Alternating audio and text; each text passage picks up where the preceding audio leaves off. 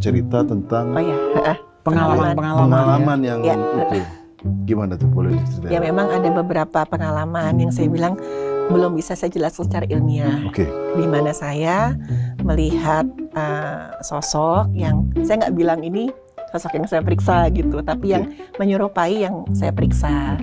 Atau kadang-kadang ya mendengar, ya waktu itu saya juga benar sering ceritakan ada yang kayak suara itu yang kayak ada hubungannya dengan kasus yang saya periksa. Tapi tetap aja kan itu pengalaman pribadi. Ya dan nggak akan mempengaruhi ya kerja saya sebagai dokter forensik. Saya cuma bilang oh ya udah itu pengalaman aja. Suaranya gimana tuh maksudnya? Oh, waktu itu pernah sekali yang saya menangani korban yang maaf bagian wajahnya itu terbakar. Itu saya dengar ada suara kayak ngomong dilas dok. Gitu. Dilas dok. Gitu.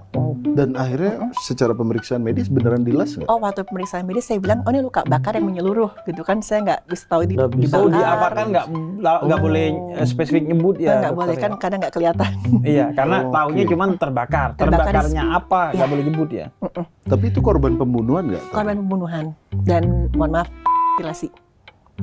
Dengan kepalanya saya periksa dan ternyata setelah ditelusuri sama penyidiknya benar dilas. Bener ya? Iya. Tapi ya waktu itu kan saya cuma bilang ya luka bakar gitu, menyeluruh di bagian kepala, derajat sekian sampai bagian bawah kulit. Nah, tapi kalau dokter menyimpulkannya suara itu, ini kita jadi acara horor ya tentunya. Tapi menyimpulkannya itu suara apa? Saya nggak bisa simpulkan itu. Nggak bisa karena dijelasin kan di luarnya, di luar. Tapi spesialisasi saya. dalam dunia medis tetap menggunakan koridor yang tetap harus ya menggunakan pendekatan medis. Terus juga ada, kalau nggak salah ada cerita temennya dokter ngebantuin ternyata temennya belum ada, itu gimana? Oh itu, jadi waktu pas ada kasus pembunuhan juga, saya tuh baru mau masuk kantor saya. Nah saya lihat yang teman saya itu kok cuma di depan ruangan gitu, tapi madep ke arah berlawanan kayak menggungin saya. Saya tegur, Mas nggak masuk gitu. Dia cuma diam aja.